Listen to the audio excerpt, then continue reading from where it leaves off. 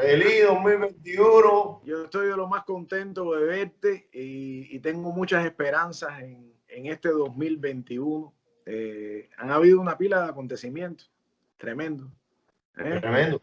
El 2021 comenzó, el año empezó como la canción. Quise esconder mi alma, pero se me ve. Ahora ya no hay misterio. Ahora el misterio se me fue. Así mismo, compadre. Lo bueno que ha traído este inicio de año es que para bien o para mal van cayendo muchas máscaras y va saliendo la verdad a flote, ¿verdad? Va demostrándose todo lo que estuvimos alertando el año pasado, van teniendo consecuencias las desgracias que se sembraron en el año 2020 y durante todo este cuatrienio en el que lamentablemente hemos visto cómo se fueron deteriorando las relaciones entre Cuba y Estados Unidos, que hemos estado explicando en estas mismas directas. Y bueno, pues hemos llegado a un punto en el que, por ejemplo, en el que para muestra un botón, hace apenas unas horas que el gobierno de Estados Unidos ha vuelto a incluir a Cuba en su lista de países terroristas. Y mira tú qué contradicción. No hubo una palabra sobre los disparos a la embajada de Cuba y sin embargo unos meses luego lo que hay es la inclusión de Cuba en la lista de países terroristas, ¿no? Y hemos visto lo que acaba de pasar en el Capitolio y estamos a la expectativa, dolorosa expectativa, ¿no?, de lo que puede pasar en estos días previos a la toma de posesión del nuevo presidente Biden. Las alertas que se han emitido por parte de los organismos de seguridad en los Estados Unidos de las cosas que pueden pasar y que pueden verdaderamente tornarse violentas y peligrosas. Hemos estado viendo cómo los mismos que nos han descalificado, nos han ofendido, ahora están amparando, justificando todo justificando el golpe de Estado. Porque fue un intento de golpe de Estado, fue un intento de insurrección, de terrorismo doméstico, que eso está probado, está dicho por todos los medios noticiosos, por los políticos de ambos partidos, déjame decirte, políticos serios de ambos partidos han calificado esto como una cosa que es imperdonable en realidad, que no es una manifestación por una causa donde se vaya a violencia, le tiran, rompan un de estos. No, esto es una cosa de invadir es decir, la cuna, la esencia de los poderes y de la democracia en los Estados Unidos. Básicamente de ningunear a todas las instituciones demócratas y republicanas. Es una cosa terrible. La gente a veces no calcula la dimensión. Yo estaba el otro día cuando denuncié el caso, porque es muy preocupante. Yo soy ciudadano americano, mi hermano. A mí me duelen las cosas que ocurren en mi país, aquí, como me duelen las cosas que ocurren en mi país de nacimiento, pero para serte sincero, yo llevo más de la mitad de mi vida aquí y lo que me afecta a mi vida diaria es este país. Me afecta mi alma y me siento mal cuando mis hermanos en Cuba le cierran los vuelos para ir a provincia, no le puedo mandar a mi tía dinero, pero en realidad no me afecta en mi vida, en mi casa. Yo tengo mi trabajo, voy al mercado y compro, ¿me entiendes? Es lo que te quiero decir. Pero cuando hay actos de terrorismo en el estado donde yo vivo, en el país donde yo vivo, ya entonces es una cosa que tú dices, coño, se va a joder esto aquí, se va a joder y es preocupante. Yo he luchado aquí por, algunos dirán, bueno, no lo verán así, pero yo creo en las instituciones de aquí.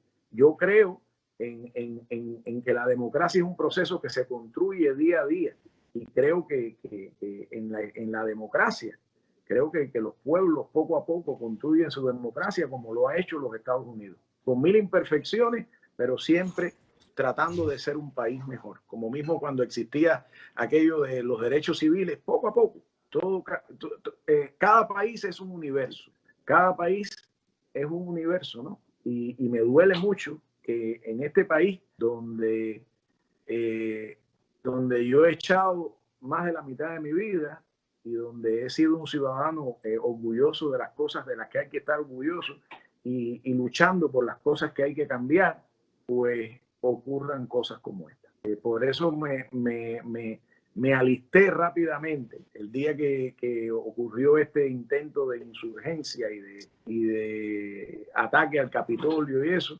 Y lo primero que puse en mi página de Facebook, que acceden tantas personas, fue democracia sí, golpe de Estado no. Y que me parecía mentira, que yo nunca me hubiera imaginado que en mi país, este país, que es que se precia de ser la cuna de la democracia, de darle ejemplo al mundo entero, el propio presidente estuviera intentando dar un autogolpe y pasarle por arriba a todos los mecanismos electorales, a todas las instituciones, a todas las leyes, para perpetuarse ahí. Entonces, es doloroso y todavía no hemos salido del problema, déjame decir, todavía no hemos salido del problema. No se ha salido de varios problemas, no se ha salido ni de la situación conflictiva esta de la política, ¿no? Que se ha dado ahora a inicios de año en los Estados Unidos, pero tampoco se ha salido de la COVID. O sea, tanto en los Estados Unidos como aquí, la situación incluso, por desgracia, se ha deteriorado. Es bueno que tú sepas que el país está atravesando el momento, digamos, Cuba en este momento está atravesando hasta la fecha el peor momento, la peor circunstancia con este tema de la COVID-19. O sea, los desmanes de fin de año, las indisciplinas de fin de año, la alegría contagiosa, creo que hasta el aburrimiento por el confinamiento prolongado y bueno, la llegada también de muchos cubanos que salieron al exterior o de algunos que residen en el exterior y que vinieron a pasar estos días con su familia. Bueno, pues era imposible, ¿no? Que no aumentaran los casos. Y lamentablemente estamos viviendo situaciones tremendas. No sé si te acuerdas, cuando la pedaleada se pudo, la provincia que respondió con mucha fuerza en apoyo a tu esfuerzo fue la provincia de Guantánamo. Hicieron la pedaleada más bonita. Para mí es un orgullo porque bueno, es mi provincia natal, ¿no? Bueno, pues ahora mismo, en esta circunstancia, Guantánamo es una de las provincias, o creo que en este momento es la provincia con más focos abiertos, con una situación sanitaria más complicada. Pero fíjate que también empieza a pasar lo mismo en Camagüey. La Habana tiene casos también importantes. Han fallecido en los últimos días. Ya han comenzado, digamos, a fallecer 2 personas, 3 personas, así por día. Hoy se declaraba incluso que ayer se decía que habían lactantes, niños bien pequeños que estaban ingresados y positivos con la COVID, y ya hoy se informaba de que había un niño que estaba en estado más crítico, ¿no? Entonces, mira, la situación... Es que esto es una situación, esto es un virus que es cabrón como loco. Es muy tremendo, porque la gente se cuida y todo, pero el grado de contagio que tiene esto es terrible. Yo recuerdo que aquí mismo el estado de Nueva York hace unos meses atrás implementó medidas para cerrar y cerraron y esto y lo otro, pero es propio del ser humano también, cuando hay tanto tiempo de alerta de esto, la gente, pues bajemos la guardia un poco. Yo mismo me enfermé, te contaba la otra vez, y yo me cuido bastante. Aquí en la familia nos cuidamos bastante, pero a veces no fuimos ni siquiera conscientes. Una persona contagió a otra, y cuando vinimos a darnos cuenta, ya estábamos contagiados. Y aquí mismo en el estado de California, ahora mismo los hospitales están abarrotados de personas. Es decir, que incluso, si bien es cierto, a nivel mundial, en Cuba, en los Estados Unidos, el nivel de mortalidad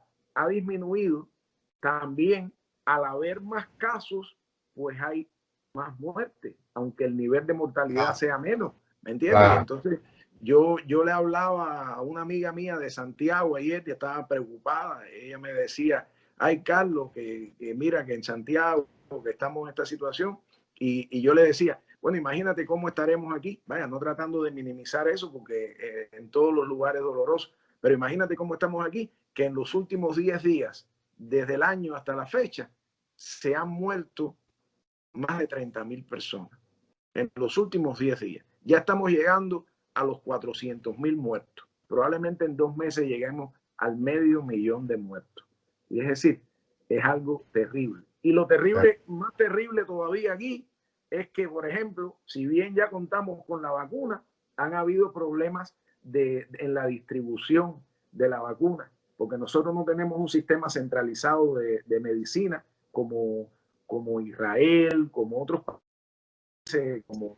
países europeos que pueden poner la vacuna y decir, no, aquí a veces la vacuna se la dan a clínicas o se la dan a un hospital y es difícil cuando no está centralizado. Cada gobierno de estado tiene su propia política de cuáles son las prioridades de la vacuna. Entonces, cuando es así, es muy difícil.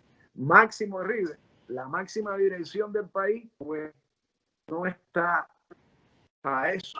Es decir, el presidente de lo que menos se ocupa es de buscar, es decir, de eso no se habla en realidad a nivel de gobierno casi. Se habla en los gobiernos locales, sí, pero a nivel de presidencia están en otra cosa, ¿no? Fíjate que desde las elecciones para acá ha salido del centro de atención el tema de la COVID, dejó de ser, digamos, de las cosas que eran centrales en el discurso político de los Estados Unidos, ¿no? A mí también me duele mucho lo que vi en el Congreso, Carlos, porque como ya hemos dicho en estas transmisiones, cuando Estados Unidos tiene catarro, el mundo generalmente coge neumonía. O sea, ¿a quién le conviene? Lo hemos dicho varias veces. Solo un idiota podría, digamos, alegrarse de que estemos en presencia de un momento de inestabilidad de este carácter. Porque si eso es así en los Estados Unidos, que cuenta con los mayores presupuestos de defensa, las mayores agencias de seguridad del mundo, al menos las que más presupuestos tienen, y se le está convirtiendo, o sea, el problema más grande que tienen es interno, pero a un nivel que rebasa el tema de la opinión. O sea, se está traduciendo en acciones. Hubo 5 muertos, bro. Hubo gente que ha muerto, ¿entiendes? Y hubo incluso, hoy se habla de que incluso hubo complicidad de algunos agentes policiales para que se entrara al Capitolio. No, o sea, se descubrieron a tiempo bombas que habían, se descubrieron a tiempo un camión que estaba cargado de armamento. Es decir, pero te voy a decir una cosa, Israel, esta situación, si bien ahora es cuando está en su plena ebullición y efervescencia, esto es una cosa que se viene fraguando desde hace mucho tiempo. Desde que el presidente Trump tomó la presidencia, incluso antes, yo recuerdo que cuando estaba compitiendo contra Hillary Clinton, él dijo que no iba a reconocer las elecciones si él no ganaba. Fíjate tú, desde aquella época. Es decir, dijo que no iba a reconocer las elecciones. Después que ganó las elecciones, empezó a desacreditar a toda la prensa. Es decir, la prensa es enemigo del pueblo. Es decir, instituciones que han estado ahí, que no son ni por mucho menos socialistas, ni sencillamente instituciones como el Wall Street Journal, que es un periódico de los millonarios, es decir, de la clase, de la plutocracia aquí del país, ¿me entiendes? El Washington Post, que es el periódico tradicionalmente conservador, le ha levantado a Trump más de 20.000 mentiras. O sea, el New York Times, entonces eso se unió al hecho de que una cadena de televisión se puso totalmente del lado de Trump y sirvió como un vehículo de propaganda. Las personas empezaron a ver solamente esa cadena de televisión, oír ese tipo de información nada más, y todo lo que sea fuera de eso ya no cae en el rango de lo que está en el medio, sino es anti-Trump. Es decir, porque lo que reportan es lo que pasa. Entonces, pues da la impresión de que está la cadena Fox a favor, o estaba a favor de Trump, y todos los demás eran anti-Trump. Y entonces esto se fue acumulando y se fue. Pero fíjate si llegó, como tú dices, hasta estaba. Fíjate si eso se fue creando un mundo dentro de sí mismo, que llegó el momento que Fox rompió con el discurso del presidente Donald Trump, porque ya llegó un momento que era totalmente fuera de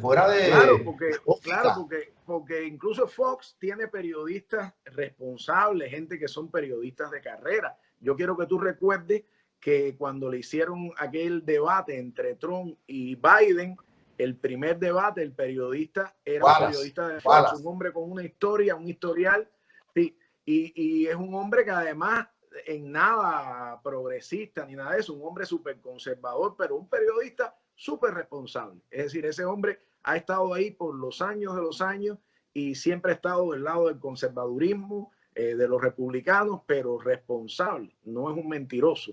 Y a ese hombre lo han demonizado. Es decir, esta gente lo han ya es tipo un comunista. Y entonces Fox, cuando reportó que Biden había ganado Arizona, por reportar la verdad, que incluso no lo había reportado CNN todavía, ya esta gente que están tan enajenados, cuando ven una noticia que no les gusta, ya no quieren ver más ese canal, buscan otra cosa.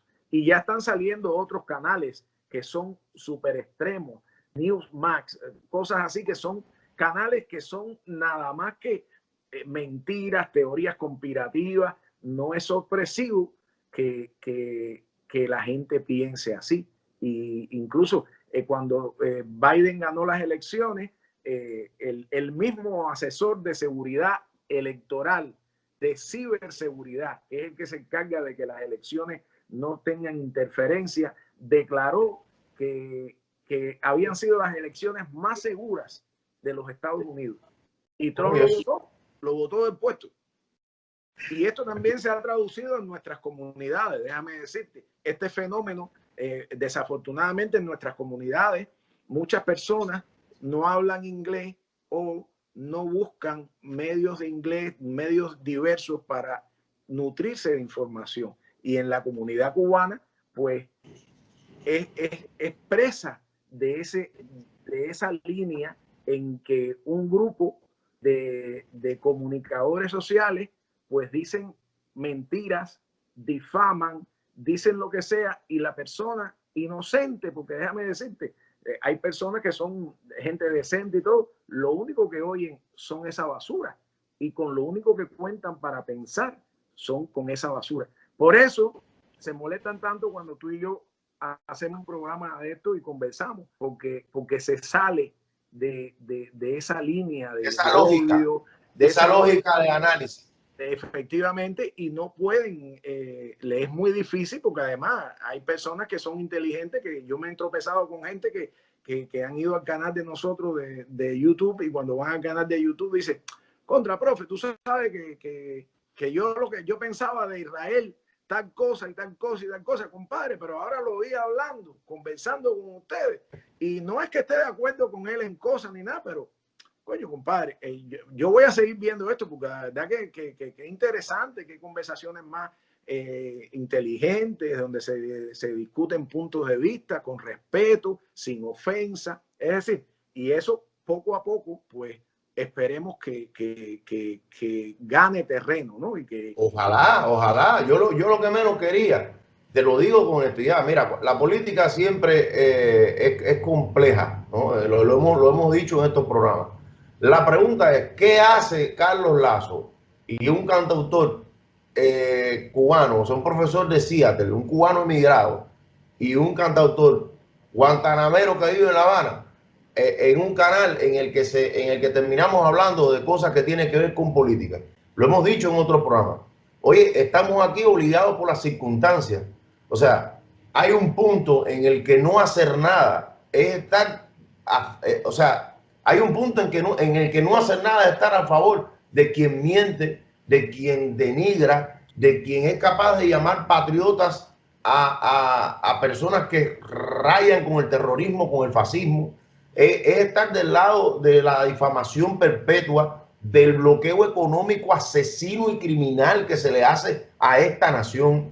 Es estar a favor 100% de perpetuar el odio, de tributar al odio como mecanismo de regulación entre las naciones, ¿verdad? Es incluso legitimar y considerar normal de que exista un grupo de pícaros que han secuestrado la relación que normalmente de vecindad que debería existir entre dos naciones soberanas para lucrar con ese odio alimentándolo. Yo no digo, lo hemos dicho en este programa, yo no digo que no haya motivos de crispación, de animadversión, motivos históricos, motivos que sucedieron antes de que tú nacieras y yo naciera. O sea, yo no dudo, no tengo la menor duda de que hay motivos reales para en algún momento haber tenido rencores, problemas. No, y ahí están y no se olvidan. Pero todo eso es discutible, todo eso es conversable y yo estoy convencido que la mayoría de esas cosas son negociables, perdonables, analizables, superables. Ahora, lo que no está bien es que se alimente esa crispación y esa discrepancia para lucrar con eso, para hacer de eso un negocio. Oye, fíjate si es así, que la mayoría de las personas que firmaron esta petición a Trump de levantar las sanciones, al menos de manera temporal durante el coronavirus, eran cubanos americanos. Es decir, cubanos americanos que además escribían ahí en la petición, en las explicaciones, que estaban en contra del gobierno cubano, que eran anticomunistas, pero esto era de humanidad, compadre. De humanidad, mi hermano. De humanidad. Es decir, eso es una cosa que trasciende. A veces la gente me dice, profe, ven acá, pero el gobierno cubano, las medidas económicas, sí, caballero, hay 1000 cosas que hay que arreglar. Primero que todo, esta es mi vocación. Mi vocación es crear puentes de amor. La gente quiere a veces que para percibirlo a uno desde la perspectiva de ellos balanceado, uno tiene que hablar de todos los problemas.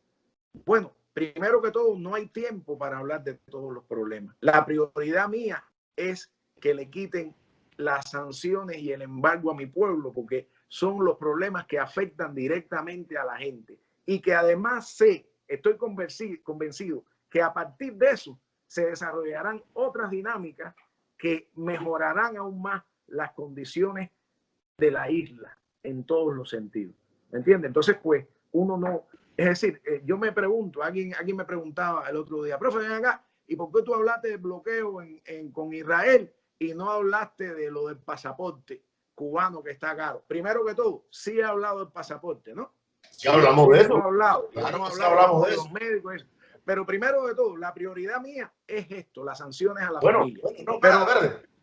Fíjate si hablamos y parece que estábamos en zona de strike, que fuimos manipulados y bien calumniados todo lo que dijimos. Fíjate cómo es. Pero yo le dije a esta persona, mira, en realidad somos pocos los que hablamos de esto en los medios, que se oye, ¿no? Somos pocos los que hablamos de las sanciones a la familia. Algunos no lo hacen por miedo, otros no lo hacen porque no quieren, otros no lo hacen porque están de acuerdo con las sanciones. Pero si tú me vas a pedir a mí ese tipo de ser parcial y hablar una cosa y la otra, tú has llamado por teléfono al Miami Herald y preguntarle por qué no hace un artículo en contra del embargo para que sea parcial.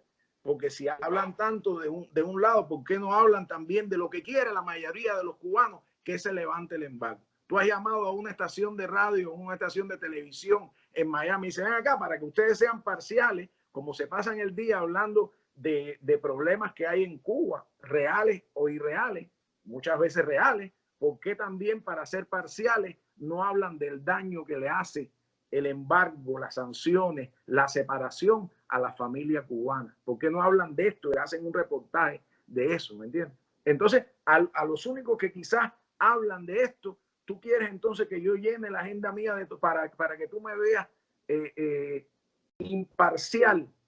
Yo he hablado de problemas y hemos hablado de problemas y hablo de problemas, pero la prioridad para mí es que levanten estas sanciones a nuestra familia, porque es lo que afecta el plato de comida de la gente, es lo que afecta que no entre un reactivo para una medicina, es lo que afecta que el país pueda encauzarse en el desarrollo sin tener esa soga al cuello.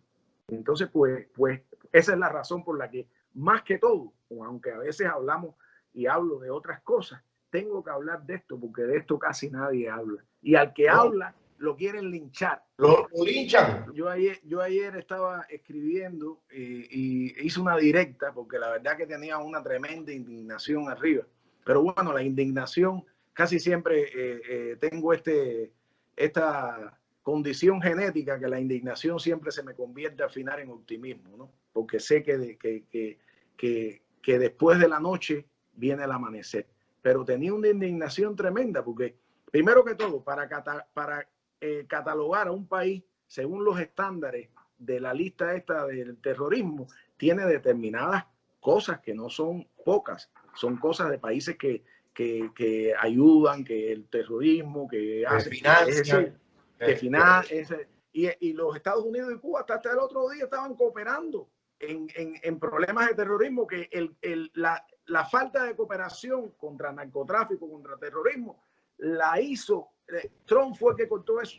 Es decir, cortó eso. El otro día leía yo que las líneas de los teléfonos de esto para los narcotraficantes, que los guardacostas cubanas llamaban al guardacosta americano para decirle, mira, hay un barco sospechoso que va para allá, están cortadas desde que Trump cogió el poder, porque es decir, que eso es para la salud del pueblo norteamericano, la entrada de drogas aquí, ¿me entiendes? Y entonces, ¿cómo tú vas a poner a un país que además se sabe? Fíjate cuándo lo hicieron. Es decir, 9 días antes que termine. A unos días.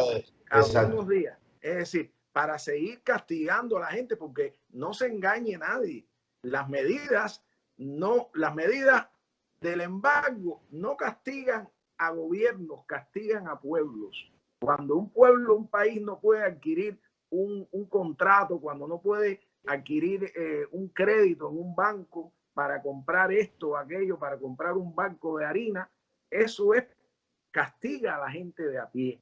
Entonces, y hay gente, Carlos, que dice, pero eso es bobería, no le hagas caso. Oye, eso no es bobería, porque esos son protocolos que después que se establecen para darle para atrás eso, lleva reuniones, gastos, análisis, en un grupo increíble de situaciones que a veces agotan el tema, o sea, agotan el tema Cuba. Entonces, fíjate tú, ahora te incluyen en la lista de países terroristas. Mañana, el gobierno de Biden quita a Cuba de esa lista en la que nunca debió haber estado nuestro país.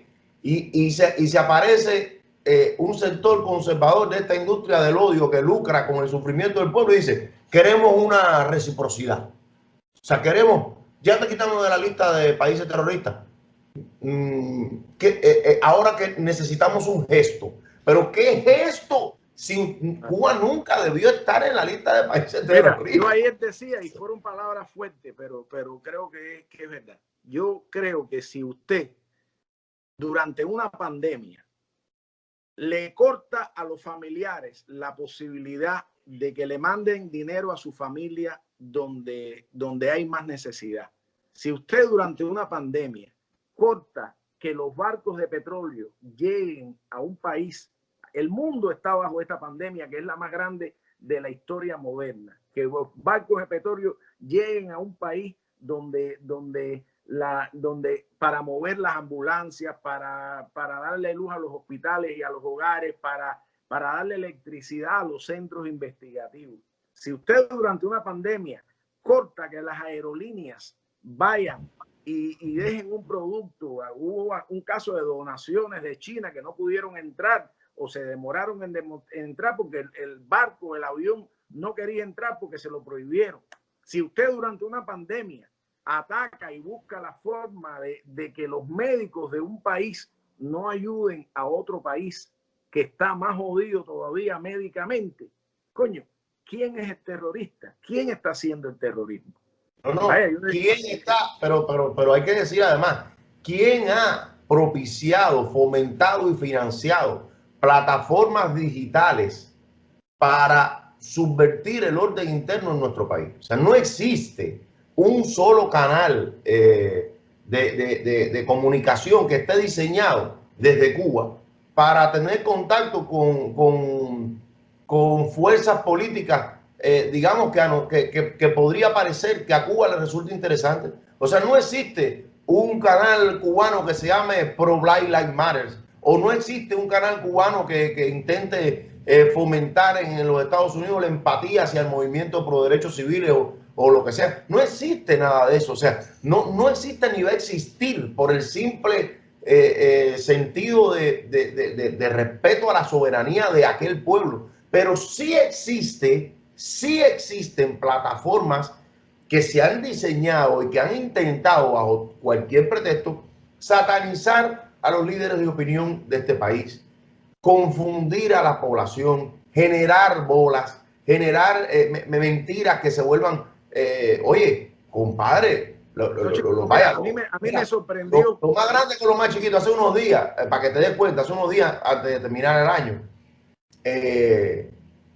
nosotros estuvimos viendo varias bolas, ¿no? Cosas que eran totalmente mentirosas, ¿no? Había una que intentaba posicionar en la mente de los cubanos, de los creadores musicales, de que ahora para inscribir una canción había que pagar una cantidad exorbitante de dinero. Yo vi la noticia, alguien me la comparte, me dice, oye, dime si esto es verdad. Y llamé directamente, por fortuna, yo soy un compositor cubano reconocido, y llamo a la Agencia Cubana de Derechos de Autor. Y René, el abogado director de esa empresa, René Hernández, me explica y me da todos los elementos. Bueno, pues yo hice un pequeño post, ¿no?, en Facebook en el que aclaré esta mentira. Óigame, es increíble la andanada de ofensas que recibí en menos de medio día, porque además es eso, es un enjambre de gente, son granjas de boots, así como se llama, que se dirigen hacia un objetivo determinado, porque además, si tú vieras que es orgánico, no, pero no es orgánico, es un ataque de eso de media hora de ofender, de ofensa y de no sé qué, no sé si el objetivo será amilanar o atemorizar, cosas que ya no van a lograr, por supuesto. Al principio sí, lo reconozco, al principio me atormentaba, caramba, ¿qué es esto? Pero después que ya tú aprendes cómo es, eso, ya te das cuenta que no, que eso es humo, que eso no es verdad, ¿sabes? Que eso no va a incidir en nada, que eso incide si tú te dejas, si te atemorizas, si te descarrila de tus principios, de tu manera de ver el mundo, ¿verdad? Entonces, tú te das cuenta de que cómo puede haber dinero para pagar eso, brother. ¿Cómo puede haber una política diseñada para hacer eso? Me llamó mucho la atención en los últimos tiempos, sobre todo, ¿no? Y además esto lo sentí también con las amenazas estas de muerte y esas cosas que hay aquí en los Estados Unidos, ¿eh? Por una persona pedir la creación de puentes de amor, ¿no? Y me llamó la atención que el actual gobierno de Trump, en otras épocas aquí en los Estados Unidos, las amenazas de ese tipo incluso asusar el terrorismo desde los Estados Unidos era algo que la gente se cuidaba de hacer. Si bien es cierto que al principio de la revolución y después en los años 70, 80, hubo una época de que eso, pero años después, ya después que empezó la época esta de Bush y ocurrieron los actos terroristas de 9/11, el terrorismo doméstico se le dijo incluso a gente que, oye, esto no puede ser. Y a mí me llama la atención esto mismo, que de manera clara y llana primero se anime a la gente a cometer actos terroristas, a poner bombas, a quemar esto, y que desde plataformas en los Estados Unidos. Y no pasa nada. Eso es libertad de expresión. Y para el carajo. Y a partir de ahí tú puedes decir con nombre y apellido que quiere que agredan a fulano o a prensejo, o incluso de tildar a una persona, ofenderlo o lo que sea. Y no hay problema. O sea, no, por eso están como están. O sea, por eso en este momento, justo en este momento, ha pasado esto. O sea, déjame decirte una cosa. Yo me voy yo me voy a asegurar, y ya y lo he dicho, lo digo públicamente, yo me voy a asegurar de que la administración de Biden sepa quiénes son los que están haciendo esto, que fueron los mismos que acusaban a Biden de comunista, que fueron los mismos que me hicieron para que a mí me amenazaran de muerte, que son los mismos que hoy están asusando a la desobediencia civil, a que hayan actos terroristas, a que se viole la Constitución, porque Biden no le debe nada a esa gente. Y así todo ganó el 53% del condado de Dade Biden, pero no le debe nada a esa gente. Biden, si le debe a la gente de buena voluntad que lucharon por su campaña, que lucharon por los demócratas, que lucharon por los puentes de amor. Pero a esas personas que lo que han estado tratando de sabotear a la gente, es decir, que no entienden lo que es la democracia, compadre, que no pueden permitir que una persona tenga una opinión diferente sin ofenderla, sin difamarla. A esa gente hay que recordárselo todos los días a la administración de quiénes son.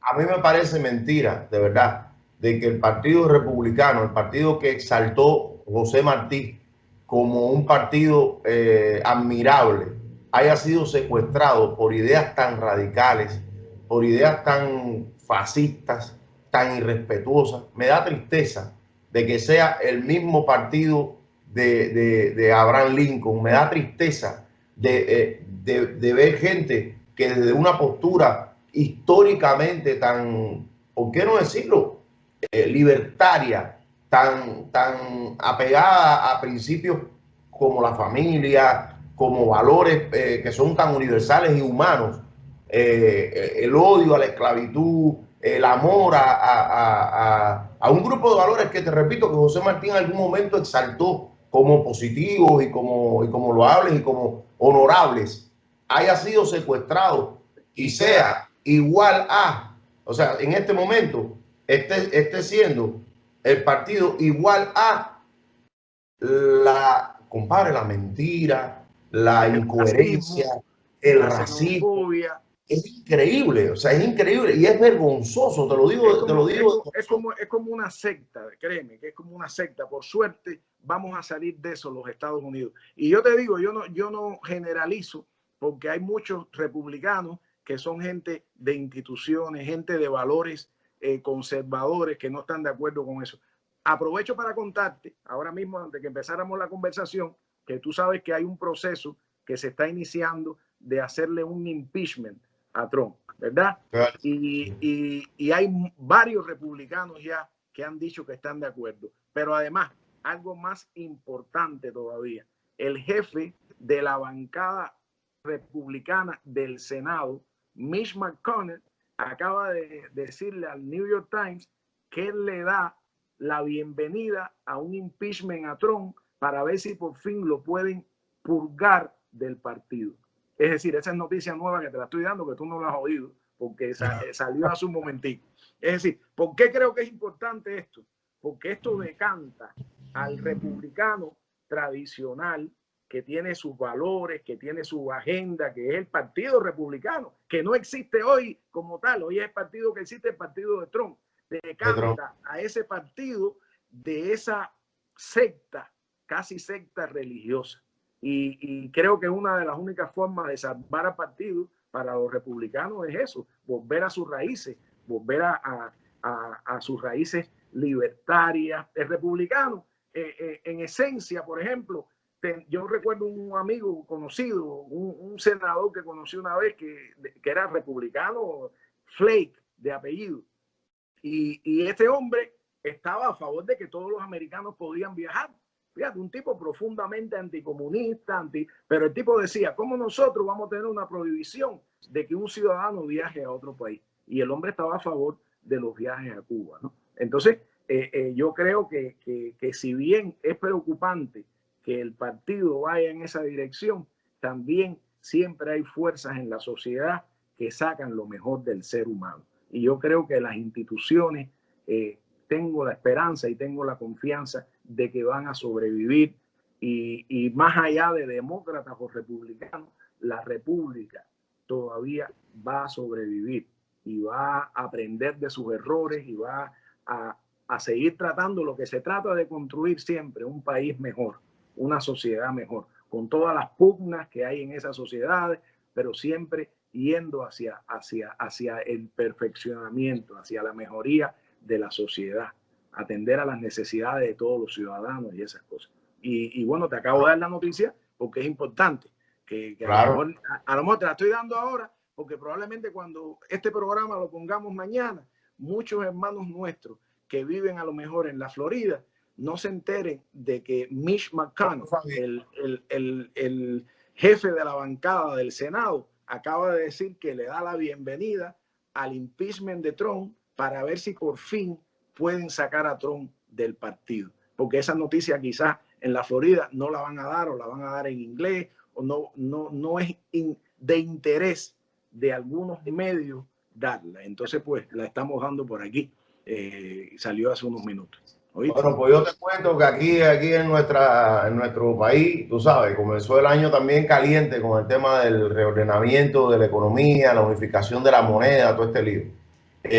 La percepción que tengo es que va a ser un proceso, es un proceso complejo, porque no es solamente el tema de la unificación de la moneda y el reordenamiento de la economía se dice así rápido, pero la práctica está demostrando de que es complejo, porque además se hace en un escenario del rebrote del COVID. Entonces hay cosas que debían estarse implementando para que ya se quedaran así, y dolorosamente se tendrán que implementar de manera casi que emergente para cuando baje el tema de la COVID puedan volverse a ordenar de la manera, digamos, que debe quedar definitiva cómo va a ser, ¿no? Hay un proceso, Carlos, en el país en este momento verdaderamente complejo. Hay una situación muy compleja. Sí, me imagino que muchas cosas que, por ejemplo, porque a veces se implementa una cosa en un papel, se saca una cuenta, se hace una proyección y después cuando lo llevas a la realidad, pues no funciona y hay que modificarlo, ¿no? Y hay que cambiarlo. O también se da el caso de que un funcionario público sale en la televisión, dice cuando él dice cómo van a hacer las cosas, lo dice porque se ha concertado al más alto nivel, ¿verdad? Y porque se ha orientado que así es como debe ser. Pero cuando eso llega a esa pequeña entidad que debe implementarla, en un proceso además que está marcado, transversalizado por un profundo sentido de descentralización, ¿no? De autonomía de los territorios, de autonomía de las entidades económicas. Entonces resulta de que te encuentras un administrador que pone el precio que le da la gana buscando mayores márgenes de rentabilidad, o un intendente en un territorio determinado que no comprendió bien o no supo o no sabe Dios qué cosa y toma una medida que contradice lo dicho por ese funcionario a nivel nacional. Y eso en un país que lleva tantos años con una digamos, acción y reacción política tan vertical, donde generalmente lo que se dice al otro día se implementa desde San Antonio de Maicí, sin importar si en Arroyo Naranjo no tiene nada que ver con Camagüey, pero para carajo, claro, eso es lo que toca. Y lo compuesto de todo eso es que, por ejemplo, el turismo, que es una de las fuentes del país de más entrada, pues no está entrando turismo. No, te digo, es muy complejo porque, repito, todo esto se está haciendo en un contexto de emergencia sanitaria, pero de crisis económica global también. Entonces... y de embargo acérrimo. Porque bueno, y además... hasta las tarjeticas por donde se mandaba dinero que le mandaba a mi tía, que ahora cerraron el banco, le prohibieron y ahora no se puede mandar el dinero por ahí. Es decir, es una situación de hacer una reforma cogido por el cuello, metido en el agua, asfixiándote, ¿no? Pero estoy totalmente convencido que dentro de esa reforma, Carlos, está el snorkel y la pata de rana que nos va a crear las condiciones para salir adelante. Por ejemplo, hace unos días... Tú sabes que yo he visto a veces programas de la televisión cubana y me ha llamado la atención porque yo no vivo en Cuba y hace muchos años que no vivo la realidad, aunque visito Cuba frecuentemente, pero creo que veía una ministra el otro día diciendo, bueno, y ahora voy a leer las opiniones de las redes sociales. Y entonces ella se puso a leer opiniones en contra de tal medida, esto, es decir, pero esa nueva dinámica de voy a leer la opinión de que lo que se comenta en la, pues es algo que es positivo, ¿no?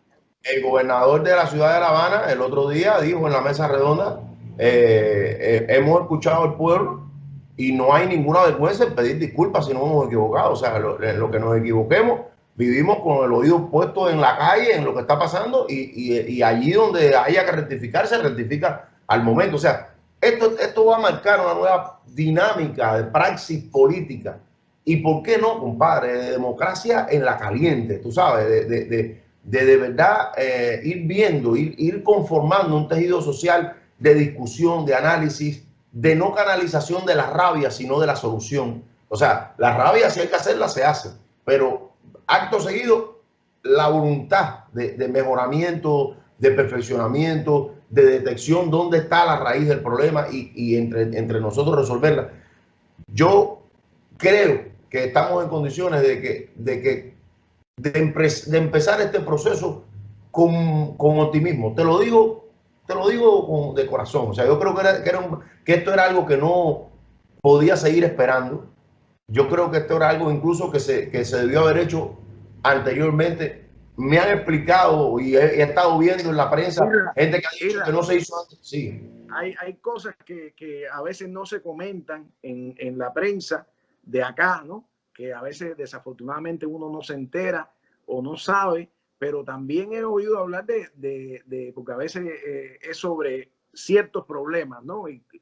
Y a veces la prensa de acá lo único que toca es el problema, un problema que son reales, ¿no? Pero también he oído hablar de reformas en el sentido de la economía, de los pequeños propietarios. Allá iba. O sea, yo creo que todo esto no solo llega en un momento de emergencia y de pandemia y todo eso.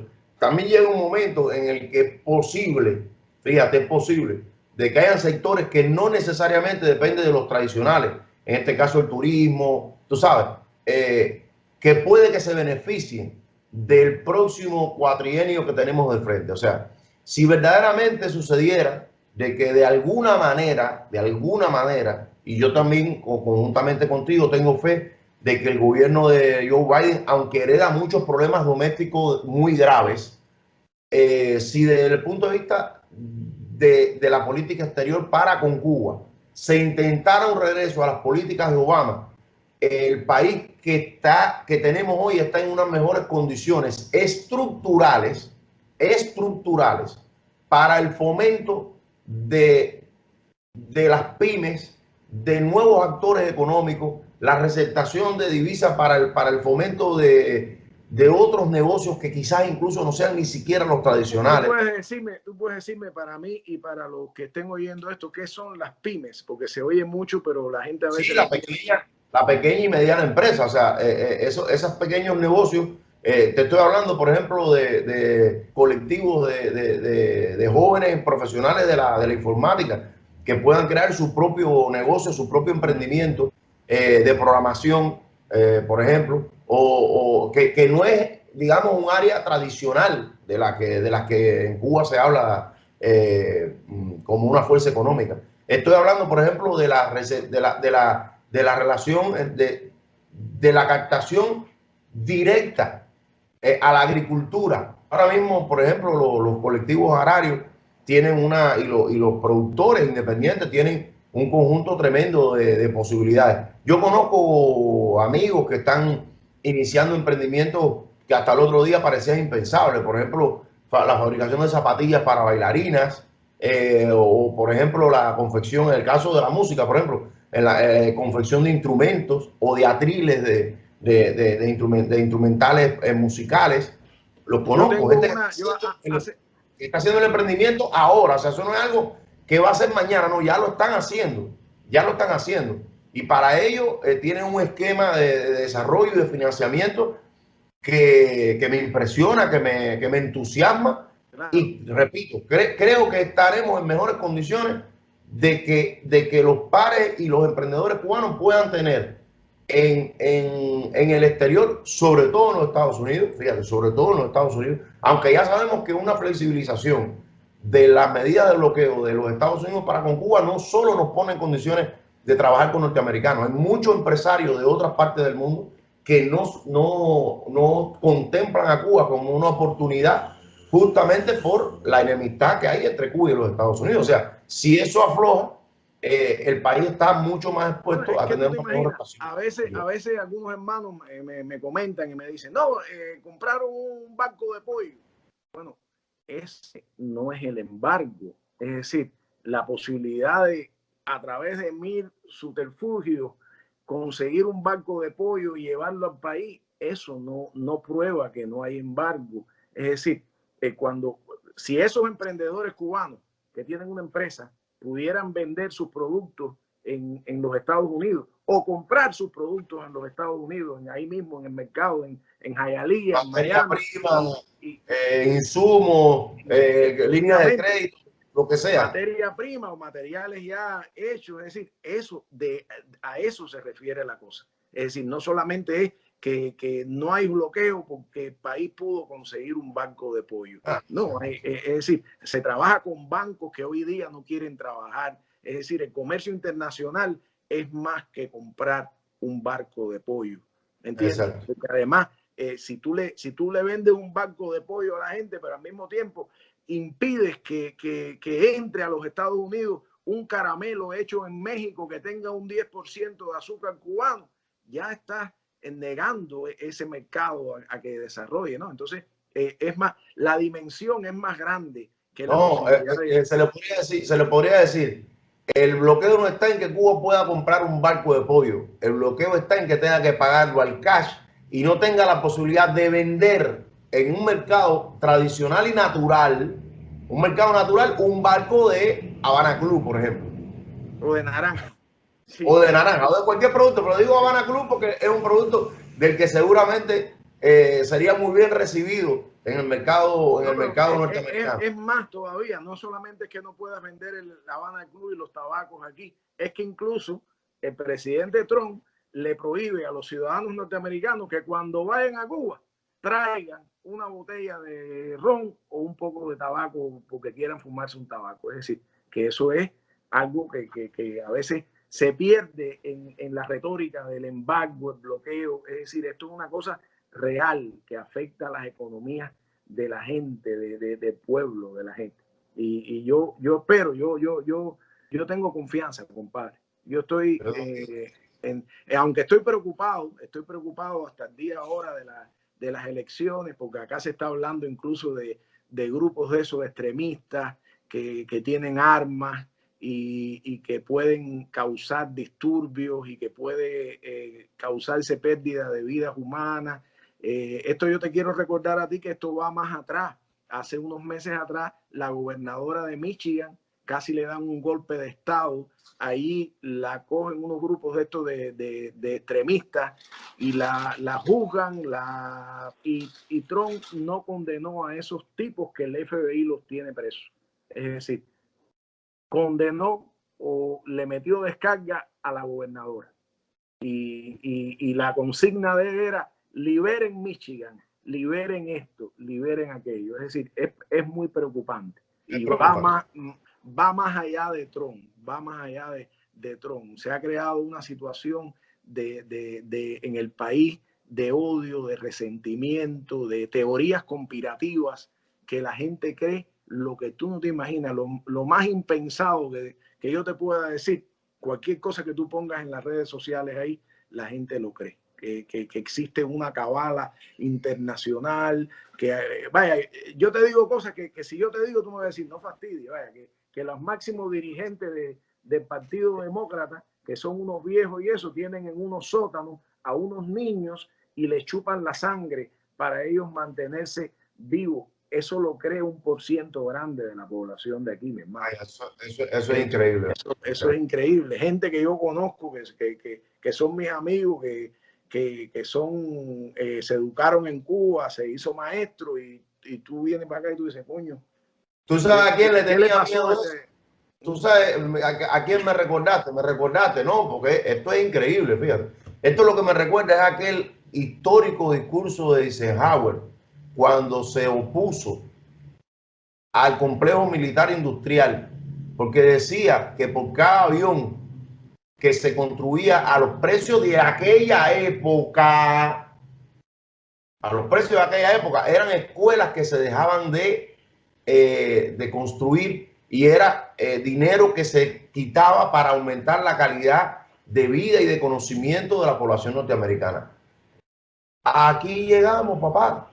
Eisenhower, estamos hablando de los años 50 y pico. O sea, aquí llegamos. O sea, llegamos a un país que es capaz de producir un portaavión de casi $1.000 millones, que es capaz de casi desaparecer a su enemigo.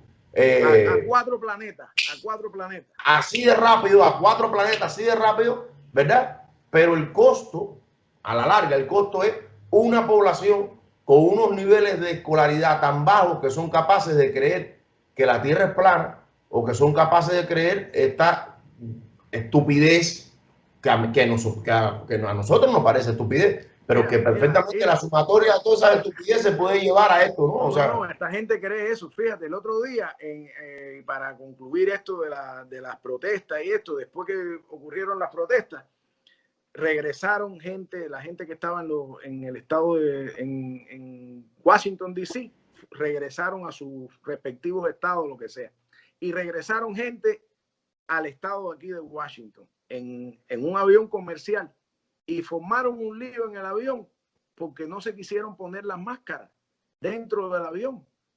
Dijeron que no se iban a poner las máscaras porque eso era, es decir, compadre, es decir, el sentido común del universal desde hace siglos es que un trapo en la cara por lo menos te aísla un poco. ¿Hasta qué punto llega la locura en que una persona te diga yo no voy a usar máscara para hacer un statement político? Lo bajaron del avión al final y creo que tienen prohibido en esa aerolínea volar más nunca. Es decir, su nombre fue sacado de ahí, creo que le metieron una multa. Pero ¿hasta qué punto gente común y corriente, el vecino de uno, puede hacer una cosa como esa? Dile que vengan en bicicleta, que a ti te fue de lo más bien. Yo tengo confianza, mi hermano. Yo tengo confianza en que este año va a ser como mismo el pasado fue difícil. Tengo confianza y espero que para mis dos países, para mi país adoptivo y para mi país de nacimiento, este año sea un año en que se recobre la economía, en que regrese la salud de la gente, sobre todo, en que se creen puentes de amor entre los dos pueblos y entre el mundo entero. Yo tengo mucha confianza en eso y estoy seguro de que eso viene. No me queda. Te voy a decir más. Yo este año yo voy ya no solo por las sanciones de la embajada, no. Este año yo voy contra el embargo completo, Israel. Completo. A lo mejor me equivoco porque todos somos seres humanos, pero yo veo ya el fin del embargo ahí. Yo me levanto aquí por la mañana y la luz que veo allá es el fin del embargo. Está tan maduro y es tan injusto y es tan inhumano y la gente se da cuenta. Yo tengo gente que entra a la página mía que me dice, profe, yo soy anticomunista, que esto con lo otro, pero verdad que eso del embargo es una ejecutada, eso está mal, y esto con lo otro, que lo quiten. Otros me dicen que lo quiten para que vean que Cuba no va a progresar. Bueno, que lo quiten, ya veremos si el problema que sea de Cuba, que lo resuelva Cuba, pero el que tenemos que resolver nosotros es quitarle la soga al cuello a nuestros hermanos. Y en esa empresa de amor vamos a dejar nuestra fuerza con tremendo gusto, con tremendo amor, mi hermano, y lo vamos a quitar. Si yo me entero de que tú decías todo eso, yo tuviese pagado, bueno, pasé que estaba enfermo, pero si no, yo tuviese pagado el pasaje para que hubiera estado, con la gente de la Asociación Yoruba de Cuba en el cantado de la letra del año, porque coño, tú eres más, bueno, a mí me gusta más lo que tú dices que lo que dice la letra del año. ¿No? Bueno, pero fíjate que yo siempre, yo no estoy como los Yoruba, pero yo te he dicho algunas cosas que han pasado. Es verdad, es verdad, es verdad, es verdad. Y sobre todo, cuando digo que voy a hacer una cosa, la hago. Eso es decir, hacer es la mejor manera de decir. Yo no estoy aquí detrás de la cámara asusando a nadie. No, yo me monto en una bicicleta y recorro los Estados Unidos y voy a ver un congresista y me monto en una bicicleta y me uno a los hermanos de Miami y hacemos otra bicicletada y trato de hacer y de cambiar el mundo de la manera humilde que puedo hacerlo. Así que, y lo voy a seguir haciendo, lo vamos a seguir haciendo. Y entonces, no, seguro, yo contigo ahí, fajado. Ahí vamos, ahí, construyendo puentes de amor. Una cosa más que quiero decirte, que se me ha pasado y a veces la gente, yo a través de este medio, hoy escribí un texto y animo, porque a veces en la misma, en lugares, en Estados Unidos, en Cuba, en el mundo, no se sabe lo suficiente sobre la iniciativa de los puentes de amor. Y yo animo a todos los periodistas, a toda la gente que estén en instituciones, en medios, en los Estados Unidos, en Cuba, primero que vayan a www.puentesdeamor.com y que lean lo que nosotros estamos pidiéndole a Biden, que es que levante las sanciones económicas a nuestro pueblo, a nuestra familia. Hay 6 especificaciones ahí, todas son de sentido común, no tienen nada que ver con política, es una cosa de amor en que la mayoría de los seres humanos están de acuerdo con eso. Y si ellos ven que eso, y está escrito de una manera respetuosa, apolítica, ¿no? Si ellos creen que eso es bueno para que la gente se entera, que se lo hagan saber a sus audiencias en todos los lugares, porque es la única forma en que vamos a reunir, en vez de tener 11,000 firmas como tenemos ya, tener 20,000, tenemos 500,000. Yo estoy seguro que si yo pudiera hablar con 500,000 de cubanos y tuvieran un teléfono y dijera, mira, esto es lo que pedimos, la mayoría, todo el mundo diría, coño, eso es lo mismo que quiero yo. Pero bueno, firma ahí, porque no es lo mismo que yo llegue a la Casa Blanca con 10,000 firmas que llegue con 50,000. Y las próximas tareas que se avecinan de amor requiere que haya muchas firmas ahí. Entonces, animo a los comunicadores sociales, a los medios de cualquier lugar del mundo, de Cuba, a que consideren esto y nos ayuden en la construcción de los puentes de amor. Seguro, mi hermano. Oye, abrazo grande. Dale, te quiero Seguimos mucho. No podemos abandonar el espacio. Tenemos que retomar la charla de poesía, de cosas bonitas, porque son puentes de amor. Seguro, vamos a meter una descaquita para la próxima. Un pedacito ahí, hablar un poco de música. Oye, y más ahora que estoy confinado, ¿ah? Ahora vamos a hacer sopa aquí, tío. Y acuérdate del concierto de Puentes de Amor, que ya hay una pila de gente que me han preguntado, cuando se mejoren las cosas, eso, ahí vamos a dar un concierto ahí en el Malecón de Puentes de Amor. Eso va a ser. Israel, te quiero. Te quiero, hermano. Mi hermano. Un abrazo. Igualmente, te quiero.